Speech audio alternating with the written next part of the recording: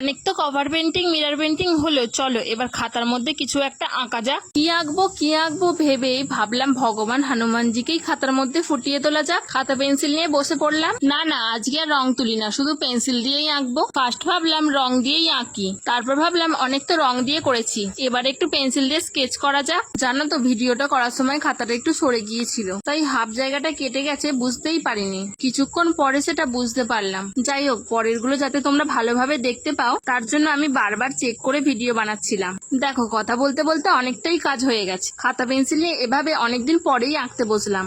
জানি না কতটা কি আঁকতে পারবো, তাও চেষ্টা করছি। ভুল ত্রুটি হলে মার্জনা করে দিও। আমি এখানে দুটো পেন্সিল ইউজ করেছি, 2B আর ব্ল্যাক গ্লাস মার্কিং পেন্সিল। চলো এবার ঝটপট এঁকে নেওয়া যাক। বাকি সব হয়ে গেছে প্রায়। এবার যেখানে যেখানে ঠিক করতে হবে সেগুলোও এবার ঠিক করে নিলাম। এবার একে একে কান, চোখ, মুখ সব ফুটিয়ে নিচ্ছি।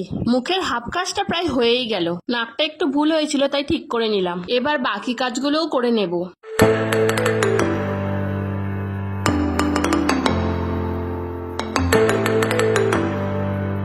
পেন্সিলের কাজ তো মোটামুটি শেষ, এবার স্কেচ করার পালা। ব্ল্যাক গ্লাস মার্কিং পেন্সিল দিয়ে পুরোটা আউটলাইন করে নেব।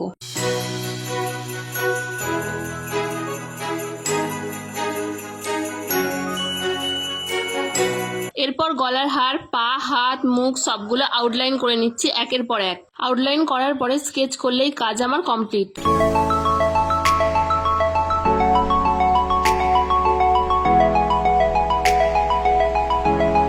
পুরোটা আউটলাইন করা হয়ে গেছে, এবার স্কেচ করার পালা।